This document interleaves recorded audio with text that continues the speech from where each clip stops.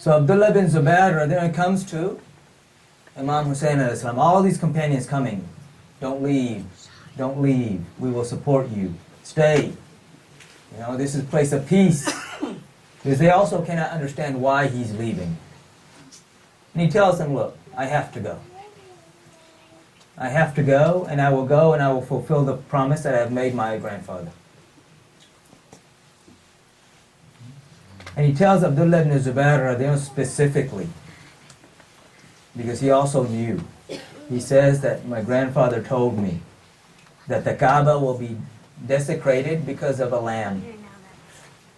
Lamb meaning, it's an innocent creature. This is the analogy here. Because of a lamb. He says, I do not wish to be that lamb. And who was that lamb? Abdullah ibn Zubair was that lamb. Because when they attacked, they also desecrated the Kaaba.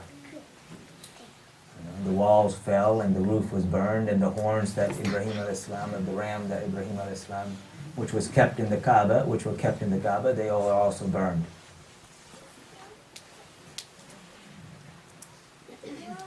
So he leaves.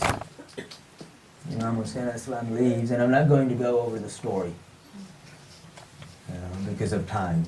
But the focus is the lessons. Even the Quran, when Allah subhanahu wa ta'ala talks about the incidences,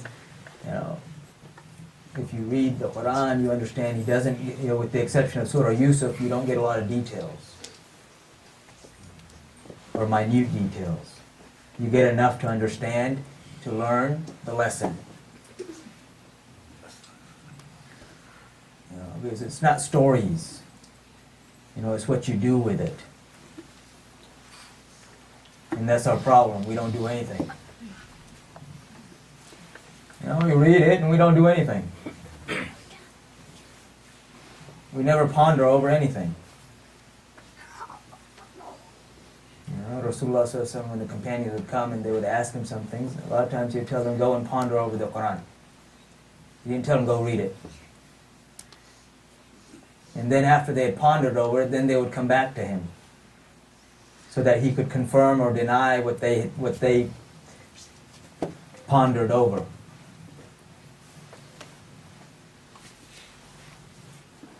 On the way, of course, he had already sent his cousin, Muslim bin Aqeel, before he left, who had written back to him that thousands of people are accepting, want you to come and are accepting or taking allegiance at your hand.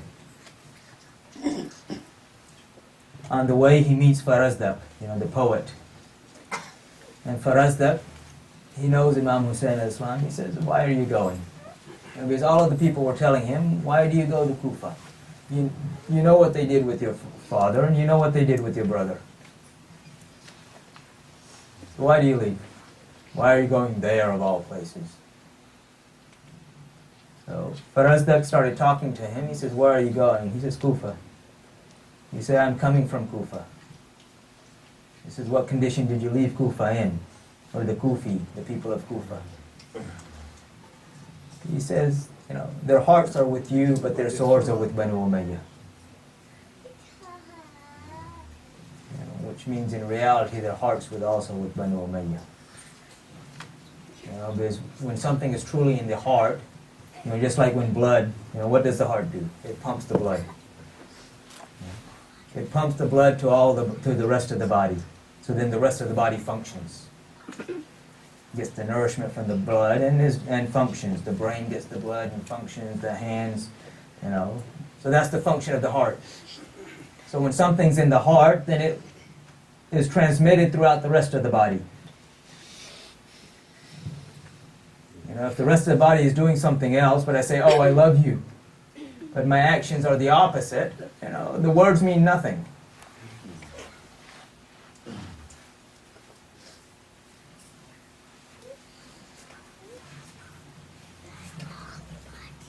So he's going, and Farazdaq tells him this, but he continues on. Because again, he had made a promise to his grandfather. Of course, the forces of Yazid start to come, because Yazid already knows. He has his spies everywhere. The first force to come against him is 1,000 men strong. The leader of the force is Hur Hur bin Yazid Rifai, who after talking to Imam Hussein al-Islam says, he understands who he is, he knows who he is. He says to him, look, my orders are to take you to Kufa, you're headed that way anyway, and I'm not going to arrest you, which were the orders to arrest him and take him to Kufa. He says, I'm not going to arrest you. I'll just have my army walk alongside your people. When time for Salat would come, he would leave his army and come pray behind Imam Hussein al-Islam.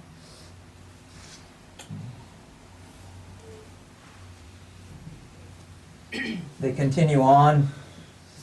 Ibn Ziyad is the governor of Kufa, sending more forces,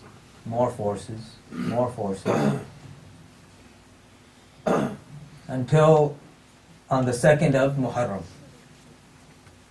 They arrive at a place, and the forces, have amassed. You're talking several thousand now.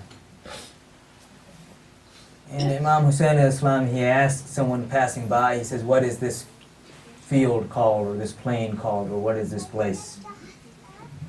And the man says that it's Karbala. So he tells the people with him, he says, we will pitch our tents here. Because my grandfather told me that this will be my place of martyrdom. Because Rasulullah ﷺ has said that my grandson will be martyred in the field of Taf. Taf was the old name for Karbala.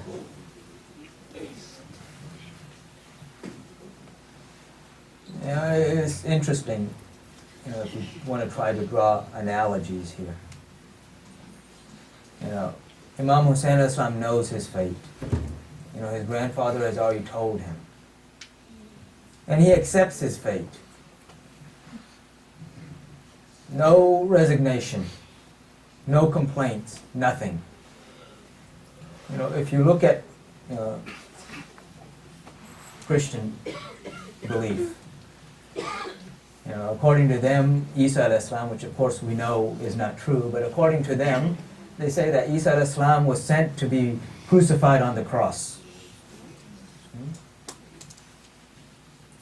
Yet when you read their Bible, before he's taken to be crucified, he's complaining. In the Garden of Gethsemane, he's saying, oh God, take this cup away from me. I don't want this. And then when they stick him up on the cross, he says, oh God, why have you forsaken me? Now, of course, we know that didn't happen. None of that happened. But even they, who try to force this issue down your throat that he was sent to be crucified, when they write about it, they also put in that the normal human thing of, he really didn't want it. He's trying to run away from it. Yet we look at Imam Hussein al-Islam and those with him. As was being said earlier when my father was reading the verses,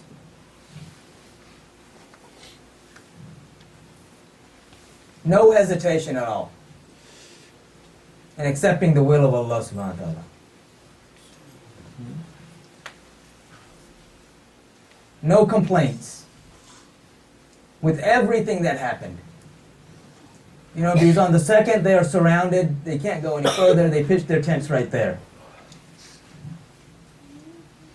Imam Hussein al-Islam knows the people that are coming against him. He knows whose people they are. So he has a ditch dug around behind the tents, and a fire built in that ditch, so that no one can attack the women from behind.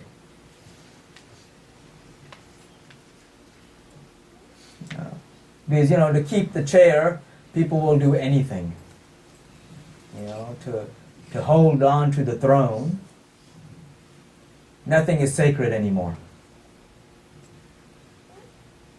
And this is why Imam Hussein al-Islam left the places he left. Because he knew that to the people that are coming against him, there's no such thing as anything that is sacred.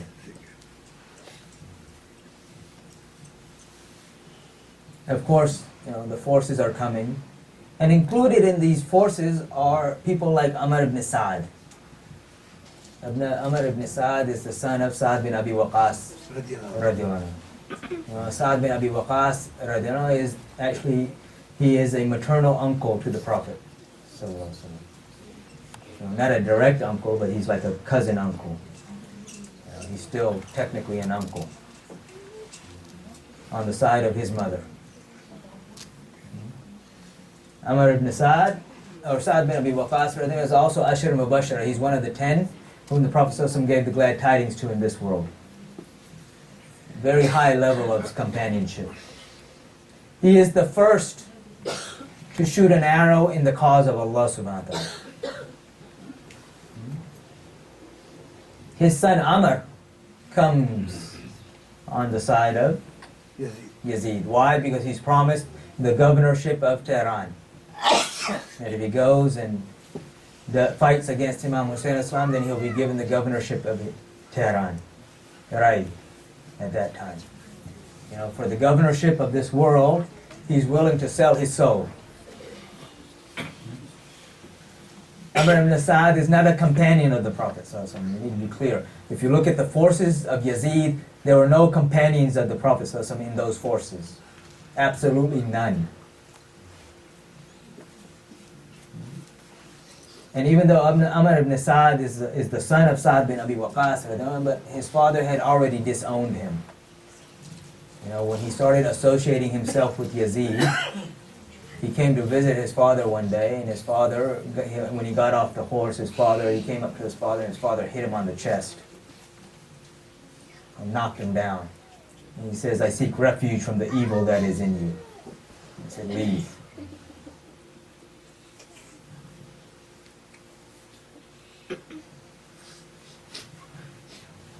Sa'd bin Abi Waqqas, he understands the level or the status of the family of the Prophet. Because when he was the governor of Medina, he was asked during the time of Banu Umayyah, he was asked, "Why do you not abuse Ali?" For almost a century, Ali, you have to understand, for almost a century, Ali was cursed from the mimbar of the Prophet. Every Friday, part of the khutbah was to curse Ali. So when he was asked, "Why do you not abuse Ali?" he says, "For three things. If I had any one of those three, it would be more valuable to me than a herd of red camels." In Arabic expression meaning anything in this world. He says, three things that happened in front of me that I saw with my own eyes and I heard with my own ears. He says, when we were leaving for Tabuk, when Ali was being left behind, Rasulullah, and he complained to Rasulullah, he said, "Ya Rasulullah, you're leaving me with the women and the children." Rasulullah said to him what? He said, "Is it not enough for you that you are to me like Harun was to Musa alayhi salam, except there will be no prophet after me?" And these narrations are in Bukhari and Muslim. And he says, second, he talked about Khaybar. That on the day of Khaybar, Rasulullah said, "I will give the standard to the one who loves Allah and His Messenger, and who is loved by Allah and His Messenger." And the next day he gave it to Ali. And because of the cloak that we talked about, that these four were taken under the cloak, he said, "I will not abuse him for anything." But his son now comes against Imam Hussein alayhi salam.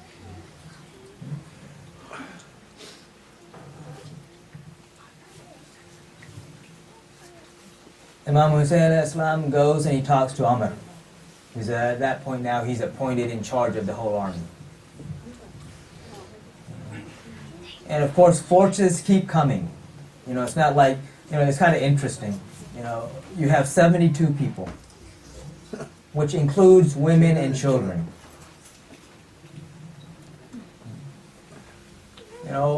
If I call it an army of 72, why do I need to send 1,000 men? Why do I even need to send, 500 men? Well armed and equipped. Because these 72, they don't have anything. A few of them have their swords, but that's about the extent of it. Their supplies are running short. So why do I need to send You know, even 100 or 200 men. But you know, initially I sent 1,000 men. And then after a couple of days I sent another 1,000 men. And then about 4,000 or 5,000 more. And then 10,000 more. Until finally I get to 22,000 men. Now you have differences in historians. Some, you know, the least anyone says is 5,000. But even 5,000 against 72, what's the point? And some say 50, but most agree roughly about 22,000 men. 22,000 men against 72, men, women, and children. And when we talk children, we're talking about Ali Asghar, 6 months old. You know, you're talking about Muhammad and Aoun, you know, 8 or 9 years old. Why?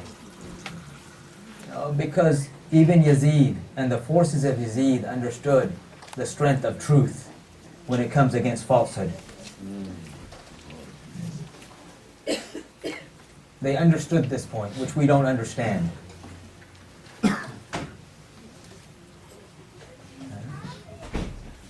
And those who understand Karbala, they understand that Imam Hussein al-Islam did not lose. He fulfilled his mission by reviving the tree of Islam.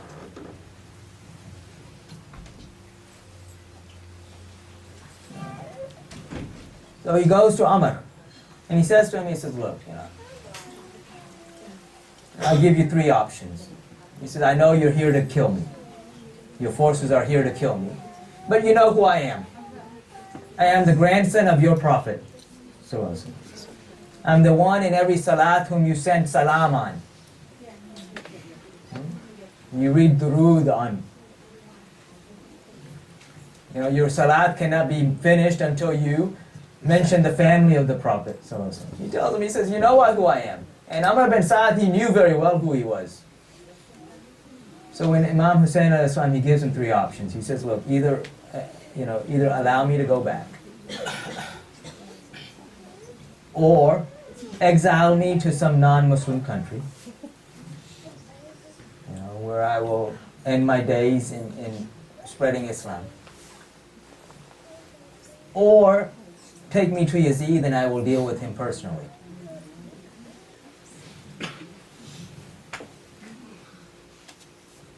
You know, when Amr hears these options, because he was also hesitant, because again he knew who he was hesitant about doing anything, so he hears these options and he goes, oh, this is very good. You know, one of these 3 has to be accepted. So he goes to his hierarchy, Ibn Ziyad, who is the direct puppet of Yazid. And Ibn Ziyad says no. Either he takes allegiance at the hands of Yazid, or we kill him, which was the order that had been sent originally. Or we kill him. And so then Shimr, who was there, says, look, you know, if he can't do it, I'll do it. He wanted governorship too. So now Shimr is sent. Now the interesting thing here is that Shimr is actually the brother-in-law of Ali. After the passing of the Fatima, Ali married again. One of his wives, whose name was also Fatima. But she said, out of her love for the original Fatima, she said, call me Baneen, the mother of the children, so that no one gets confused. Her brother was Shimr. He is the uncle to Abbas al-Amdar, the half-brother of Imam Hussein al-Islam. So he says, look, you know, if he can't do it, I'll do it. You know, when you sell your soul, nothing else matters. So now eventually the forces build up. You get to the 22,000 forces. Then the order comes on the 8th. You know, the negotiations keep going back. Imam Hussein keeps going to them, giving them the options. Look, you know who I am. Why are you doing this? He goes back. You know, he gives them, he gives a lecture in front of all of them. You know, he talks to the whole army, telling them, look, you know who I am. You know, here are your options. You know, why do you want my blood on your hands? You know, he wasn't going there because he thought they were going to change their minds. Again, he went to Karbala to fulfill the promise he had made his grandfather. You know, it's like, you know, when Rasulullah sallallahu, you know, you look at Imam Hussein sallallahu, you look at Karbala, you know, they're direct analogies to the life of Rasulullah sallallahu. You know, when Rasulullah sallallahu declares his prophethood, one of the first people to come and accept him is Abu Dharr Ghaffari radiallahu anhu. And the narration is in Muslim. Abu Dharr Ghaffari radiallahu anhu comes and accepts him. He's from the tribe of Ghaffar. You know, Rasulullah sallallahu tells him, look, you know, tells him to go back to Ghaffar, and he says, when I immigrate, then you come and join me. You know, so 13 years before he immigrates, he's telling Abu Dharr Ghaffari, he says, when I immigrate, then you come and join me. And he says, I've been told that I will immigrate. I know I will immigrate. And I've been shown, not only told, but I have been shown the fields, the gardens. And he says they are like the gardens of Yamama and the gardens of Medina, of Yathrib. And perhaps it will be Yathrib. You know, in prophecy, when you say perhaps, it means, yeah, this is what it means. He says, perhaps it will be Yathrib. You know, he tells Abu Dharr Ghaffari, they're doing this. Yet before he immigrates, you know, every year in Hajj, for 3 years, he goes to every clan in Mecca, in Arabia. All of the clans that came for Hajj, he went to every one of them and offered himself. You know, he says, I am the messenger of Allah and I need a safe haven, take me. And every one of them refused, except the people of Yathrib, which then became Medina Munawwara when he entered it. You know, even though 13 years before he's telling Abu Dharr, this is where I'm going, and yet he's still offering himself to every clan. Why? To complete the object. So that on the Day of Judgment, you know, otherwise if he hadn't done that, then on the Day of Judgment everybody would say, oh, you know, if he'd come to us, we would have taken him in. We would have welcomed him with open arms. Yet they all rejected him. So Imam Hussein Islam, he goes to them. Why?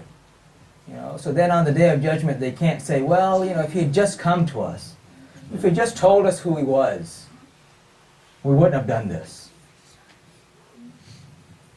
You know, that excuse is now gone. And then he goes, you know, on the 8th, they cut off the water. 4,000 men of the army are lined up against the Euphrates. That no one from the camp of Imam Hussein Islam should be allowed any water. They've already run out of food, they run out of water, and now they can't even go get it. They're on the side, they're on the shore or the, you know, just on the banks of the river. Water flowing. You know, like the saying, water, water everywhere, but not a drop to drink.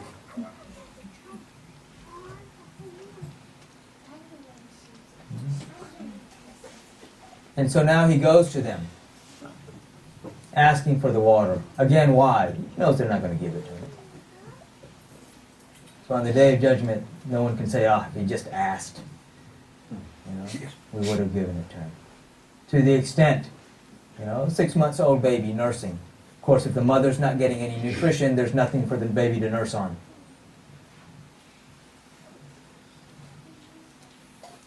He's crying. He takes the baby, you know, on the request of the baby's mother, on the request of his wife. Imam Hussein Islam takes the baby, his baby, 6 months old, and he holds it before the army. He says, look, your fight is with me. You are thirsty for my blood. But what do you have against the baby? Just take it and give it a little water to drink. He's not even asking for water. Give me water so I can give it. He says, take the baby and give him a little water to drink. And what happens? What is their response? They shoot an arrow. Arrow comes through the neck. And not any arrow. The arrow that was used, was a 3-prong arrow. Which for that time was an advancement. That time it was just two blades. If someone had a 3-prong arrow, that was an advancement. They used that type of arrow to hit him, shoot him in the neck.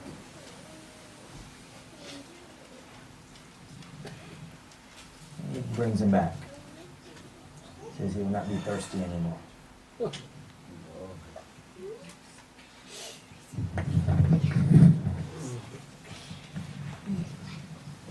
The day the fighting begins, as my father had said, on the afternoon of the 9th of Muharram, the war drums start to beat.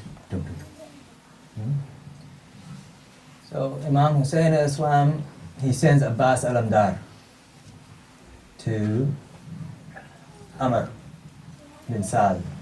He says, look, we're not going anywhere. It's late in the day. Allow us to at least pray tonight. This night is a night that has been special since the beginning of time. So allow us to pray during this night, and then you do what you want to do tomorrow. We have the whole day. So this much they at least, okay, fine. It's late. We'll give you some time. The next day, some of the forces of Yazid are passing by, and Imam Hussein al-Islam's men ask him permission to shoot. He says no. He says, I will not allow it to be said that we started this.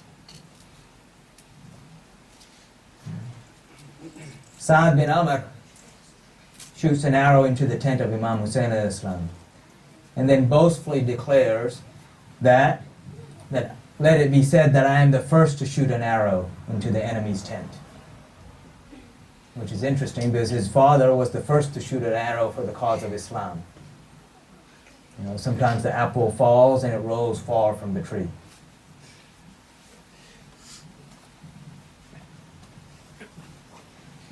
But the other interesting thing about this is, as I said, Amr was hesitant to do anything initially. If there was any good, and he's the one who Imam Hussein al-Islam would deal with. He didn't want to deal with anyone else. If you look at Badr, the Battle of Badr, before the Battle of Badr, Rasulullah ﷺ points, he says that if there's any good in Quraysh, it lies in the man on the red camel.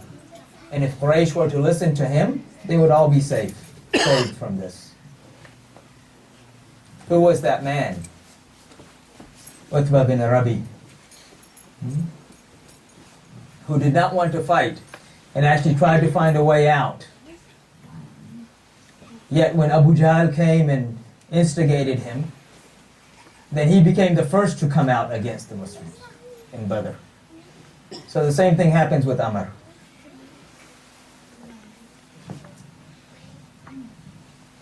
Fighting begins. Initially the friends of Imam Hussein al-Islam, they go out and they fight. They're all martyred, one by one. What do you expect? 22,000 against, 72 in that time. They're going out a few at a time. So 22,000 against a handful of men. And the handful of men have been hungry and thirsty for 3 days in the desert. Even if someone, because these days there are people, it was winter time. Because they want to say it wasn't that bad. So even if it was winter in the desert, without food and water, I can put, any one of us, I stick him in this room and close the doors and say you can't get out for a day. We're beating on the door trying to get out.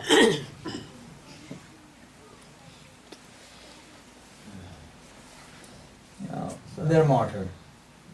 And then the family of Imam Hussein al-Islam starts going out, one by one. his brothers and the sons of Ali. Again, the nephews of Shimr go out, are martyred. Imam Hussein Islam rides out, collects their bodies, brings them back to the tent. The next goes out, martyred. And one by one, they fall. Then, the nephews of Imam Hussein Islam go out. Young lads, they're martyred. Imam Hussein Islam rides out, collects them, brings them back.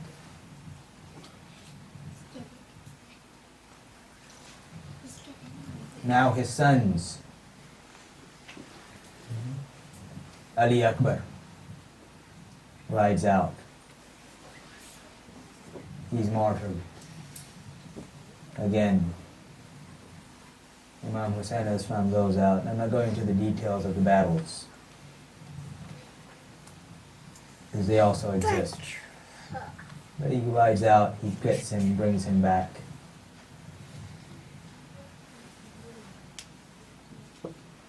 Now there's no one left, because Ali Asghar had already been martyred. There's no one left except two men.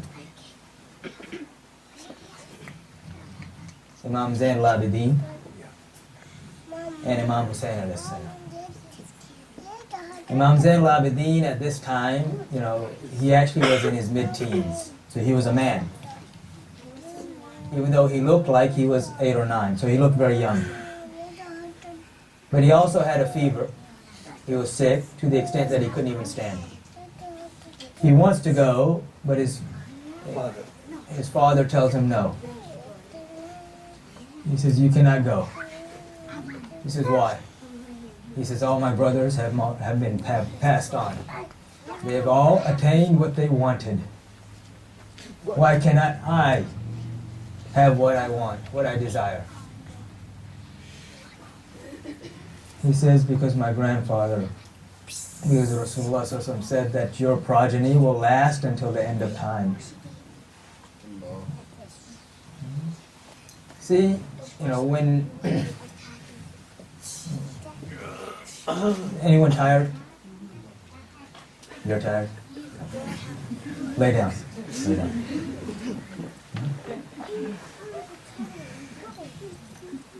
Relax.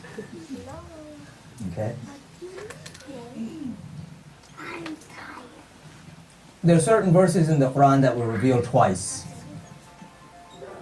And Surah Kawthar is one of those. Surah Kawthar, Inna A'tainaka al-Kawthar, was revealed twice because of the situations. The initial revelation came in Makkah.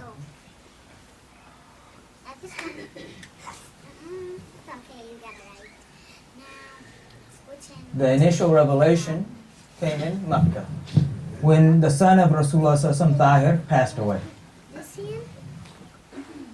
Tahir was born at the beginning of the propagation, shortly after the declaration of prophethood.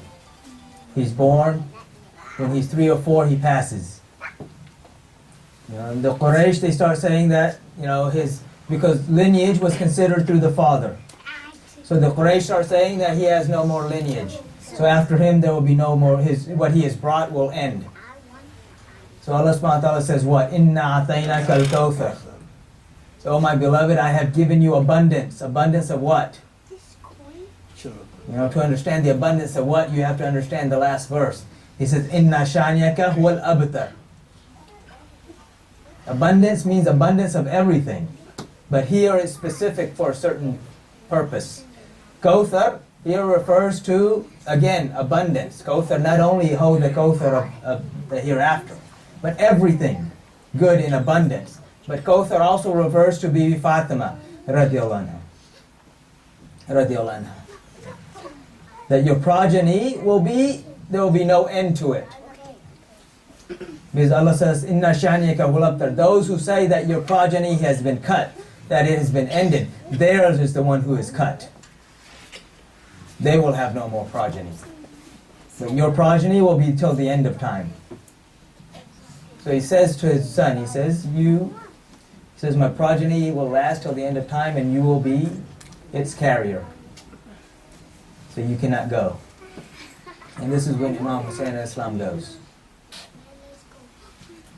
And of course, you know, the blood of Rasulullah. You know, when he goes through, you know, the whole army has to make room, give way. You know, they're dropping like flies in front of him. One after the other. And so then what do? You know, when you can't fight like a man, you have to fight some other way. So they decide they can't stand up to him, so then they start shooting the arrows. Of course, the arrows hit. Several arrows hit. And after being hit with several arrows, then he falls off of his horse. And it is time for Asr. So he makes the wudu for Asr with his own blood. You know, Salatul Ishq, the salat, the prayer of love, true love. You make its wudu with your own blood. This is the blood, and it's not his own blood. This is the blood of Rasulullah sallallahu alaihi wasallam.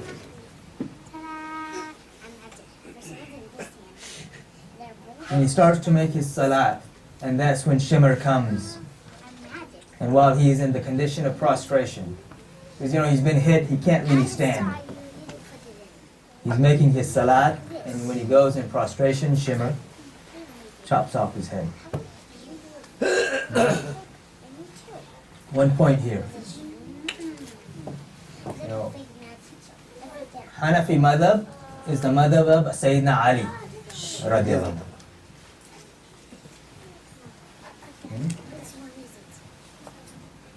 Doctor, excuse me. Yes. There are children back here in the corner that are so rowdy and noisy that the mothers don't know they're in God's house.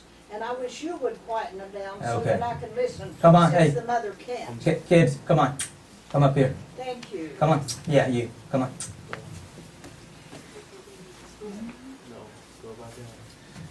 Sit down right here. Okay.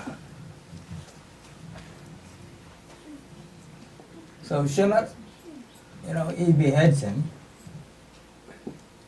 You know, Imam Hussein al-Islam, he had made Fajr with the family at the time of Fajr. Then he made Dhuhr as Salatul Khawf, meaning that in war, half of the group prays, and then after half the prayer is finished, then the other group comes and joins. And then they break off, so that there's always somebody at watch. And then, when the time for Asr came, he makes Asr. He did not join Dhuhr or Asr, even though he is traveling and he is in a state of war.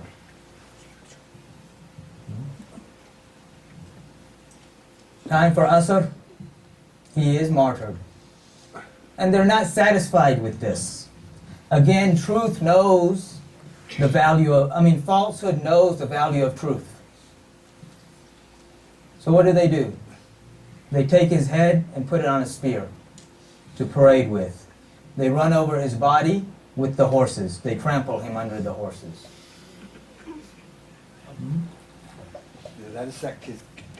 And then they burn the tents in which the women and the children were in.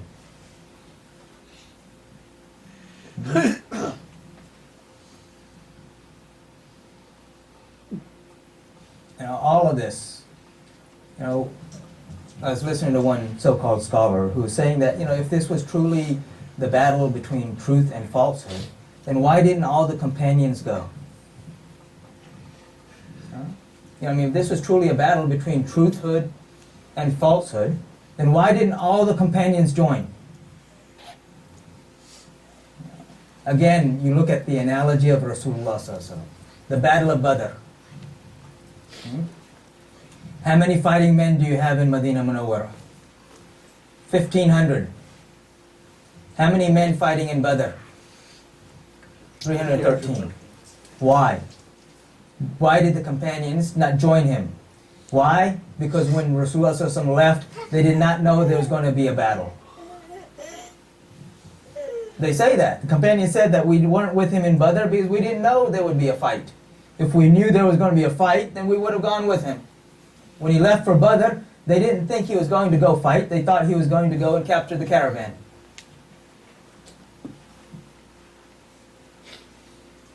So when Imam Hussein Islam leaves Mecca, all of them are saying, well, please stay, don't go. He doesn't tell them why he's going. He just tells them, well, not directly, he just says, I'm going to go fulfill the command or the promise I've made my grandfather. They didn't know. And they said that later on. They couldn't even imagine that someone who said, La ilaha illallah Muhammadur Rasulullah would come and kill the grandson of Rasulullah. Sallallahu alaihi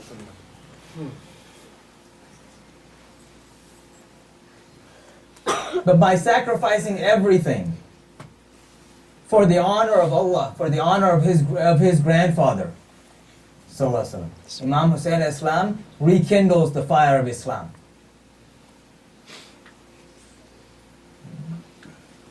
He again starts to teach us how to differentiate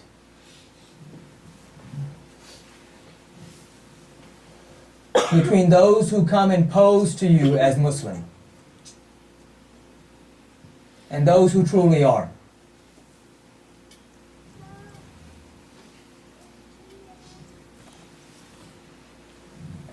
It's getting late. So, and this is one of those things that, you start talking about it and, it gets late and you haven't even scratched the surface. There's so many lessons. The sacrifice. Why? Islam is not cheap. That's what he's teaching us. We take Islam for granted. We're sitting, relaxed, no problems, we think we missed lunch and now we're suffering. Someone says, someone says something bad to me, someone says, you Muslim, you're this or that. I've been traumatized. Islam's not cheap. The claim of love of Allah and His Messenger. What did Rasulullah sallallahu alaihi wasallam say to the man who came to him and said, Ya Rasulullah, I love you? And he says, what did the Prophet sallallahu alaihi wasallam told him what? He said, think about what you're saying. He says, Ya Rasulullah, I've already thought about it, I love you. He says, then prepare yourself for trials and calamities. Because trials and calamities come to those who love me like water flows through the river. So we need to come and question our own iman, our own faith. We're sitting, nothing's happening, and we say, we love the Prophet sallallahu alaihi wasallam. And what the Prophet sallallahu alaihi wasallam said cannot be wrong. And if we're not going through anything, then our claim is not true.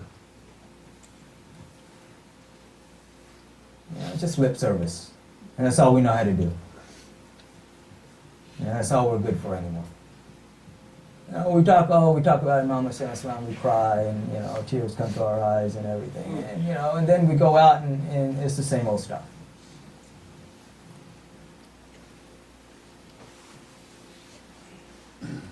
And even when we listen to so-called scholars who talk about Karbala and stuff, and they want to, they subtly find ways. Like I was listening to one guy who's supposed to be Sunni. He says, the reason that the Prophet ﷺ took these four under his cloak was that, because he just wanted to emphasize that they're also part of his family.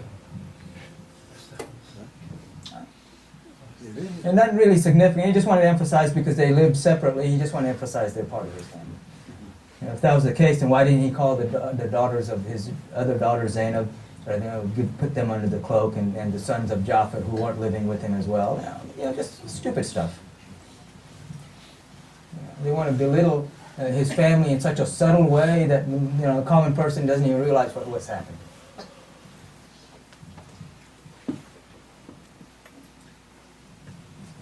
So again, Karbala is something that again we could talk about for hours and hours and not even get anywhere.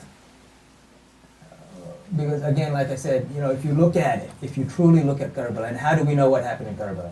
That's the other question that comes out. One person said, "Oh, how do you know what happened in Karbala? They were all martyred. If they're all martyred, how do you know?" That's why Imam Hussein Islam also took the women. And then he prayed for them that Allah keep them safe. Do not allow anyone to be indecent with them.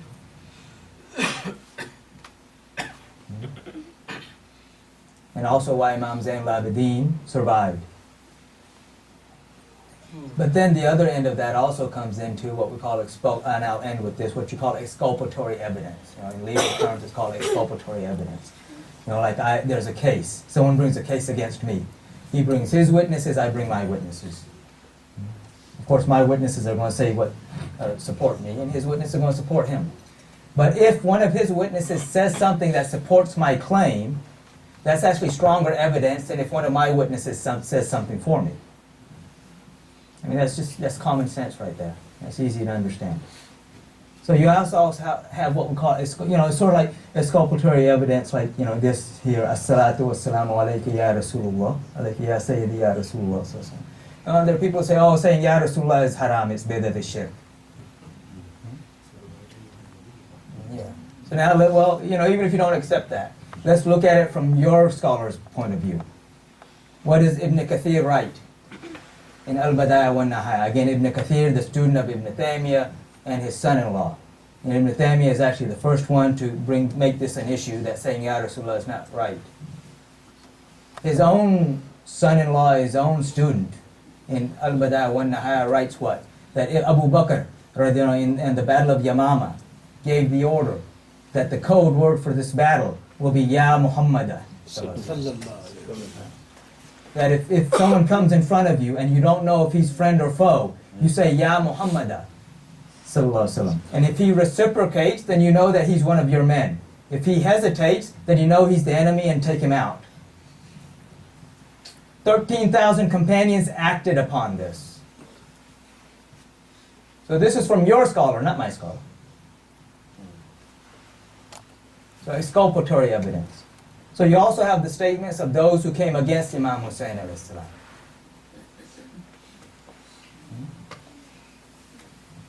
And they also narrate the happenings of Karbala. So it's not like, how do you know? Because Allah subhanahu wa ta'ala is not going to allow such a sacrifice to go, unknown. The sacrifice that his beloved sallallahu alaihi wasallam had already mentioned before it happens. So, let's wait. I'll end. Any questions that I might be able to answer quickly? You have mentioned about Jesus, peace be upon him, Azizi salam. Yes. And the incident of Gethsemane. He prayed to Allah subhanahu wa ta'ala in that garden. Yes. And Allah subhanahu wa ta'ala promised him to raise him up. Yeah. It was not, he was not the person who was. Yeah. Yeah. Everyone. It was Judas. Yes. Everyone knows that. Right. Inshallah. He would not deny. That's what I said. He would not cry. Yeah, that's why I said that. Yeah, I said even in their version, which. Yeah.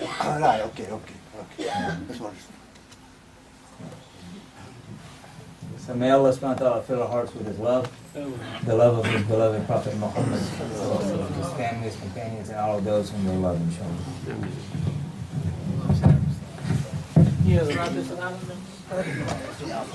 Inshallah, everyone stand for the salam to the Prophet sallallahu alaihi wasallam.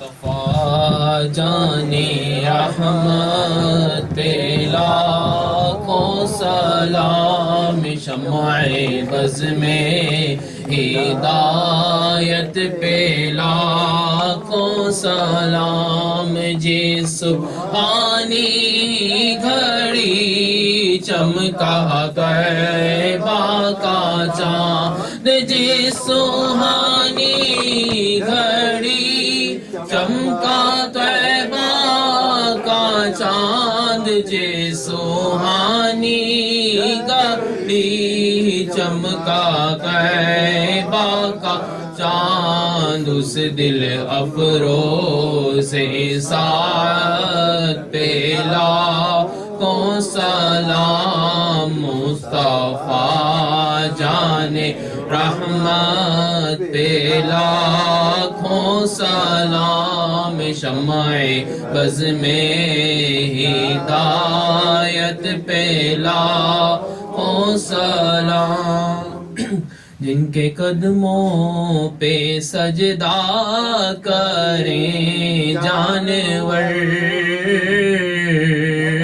منہ سے بولے شجر دے گواہی حجر وہ ہیں محبوب رب مالک بہروبر صاحب رجعت شمس و شق القمر نائب دست قدرت پہ لاکھوں سلام مصطفیٰ جانے رحمت پہ لاکھوں سلام شمع بز میں ہدایت پہ لاکھوں سلام جن کو بیٹھے بٹھائے ستایا گیا جن کو دھوکے سے کوفے بلایا گیا جن کے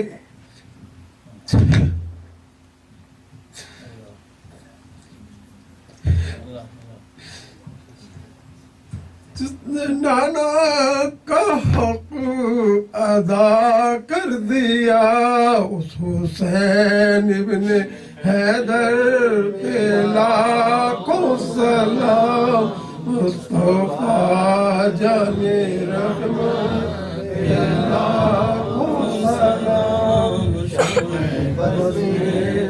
ہدایت پہ لاکھوں سلام غوث اعظم امام متقی والنقی غوث اعظم امام متقی والنقی غوث اعظم امام متقی والنقی جلوہ شان قدرت لاکھوں سلام مصطفیٰ رحمت پہ لاکھوں سلام شمع بز میں ہدایت پہ لاکھوں سلام مجھ سے خدمت کے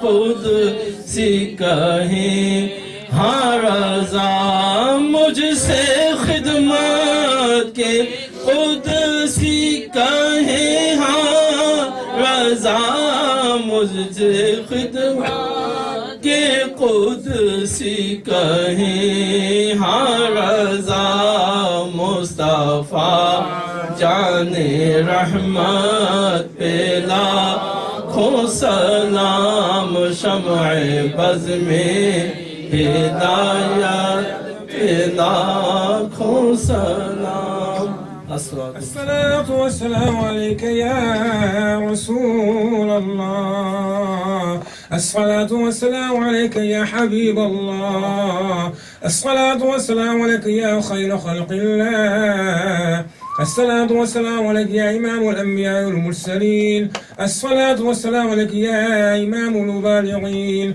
وصلى الله تعالى على خير خلقه سيدنا وشفيعنا ومولانا محمد وعلى آله وأصحابه وآل بيته وآل بيته وآل بيته وأزواجه وذريته أجمعين وسلم تسليما كثيرا كثيرا يا خير الناصرين. سبحان الله والحمد لله ولا اله الا الله والله اكبر ولا حول ولا قوه الا بالله العلي العظيم. اللهم صل على سيدنا وشفيعنا ومولانا محمد وعلى اله وصحبه اجمعين. يا الله يا رحمن يا رحيم يا مالك الملك يا حي يا قيوم يا ذا الاكرام. Ya Allah, we thank you for allowing us to be in this August company, Ya Allah, Ya Allah, because everyone who is here by invitation, Ya Allah. Everyone here is here by invitation, Ya Allah. Everyone is here by invitation, Ya Allah. Ya Allah, we ask that you allow us to take the lessons that we have learned, Ya Allah, back and that we live this life, Ya Allah, according to the sacrifice of Imam Hussein alayhi salam, Ya Allah. And let us not be of those who come together once a year, Ya Allah, and remember Imam Hussein alayhi salam, but we don't make the sacrifice in our everyday lives, Ya Allah, Alameen. Ya Allah, let our children be of those who fight with Imam Mahdi, Ya Allah, Alameen. Let's be of those who support the mission of Imam Mahdi, Ya Allah, Alameen. Ya Allah, if we see him in his lifetime, Ya Allah, let us not be of those who turn their backs like those who turn their backs on Imam Hussein alayhi salam, Ya Allah, Alameen. Ya Allah, let us be true lovers of Ahlul Bayt, Ya Allah, let us be true lovers of Ahlul Bayt, Ya Allah, let us be true lovers of Ahlul Bayt, Ya Allah. They sacrifice everything, Ya Allah. They sacrifice life and wealth and property and blood, Ya Allah, Alameen. Ya Allah, we run and every chance when there's sacrifice, we run, Ya Allah, we hide, Ya Allah. Ya Allah, we are those you have placed in this place here, in this metro Atlanta area, Ya Allah. But we appear to be so weak, Ya Allah, but we are so strong, Ya Allah. Let us be of those who come together at every occasion, Ya Allah, and stand firm, Ya Allah, together, Ya Allah. As a solid seed in struggle, Ya Allah, Ya Allah, though we may appear to be small enough, Ya Allah, you know that we are strong, Ya Allah. You know that we are powerful, Ya Allah. How many did you send to the battle of Karbala, Ya Allah? How many battles did the Sahabas and Nabi Sallallahu fight outnumbered, Ya Allah? Ya Allah, we may be small in number, we are not outnumbered, Ya Allah. We have to believe this, Ya Allah. Ya Allah, give us this strong iman, Ya Allah, that we will stand up against the falsehood, Ya Allah, no matter who says it, be they Muslim, be they non-Muslim, Ya Allah. Let us not be cowards, Ya Allah, who say that we love, Ya Allah, because love, with those who love, they are not fearful of anything other than displeasing the beloved, Ya Allah. وصلى الله تعالى على سيدنا ومولانا محمد وعلى آله وصحبه أجمعين وسلم تسليما كثيرا كثيرا برحمتك يا محمد. Inshallah, now food.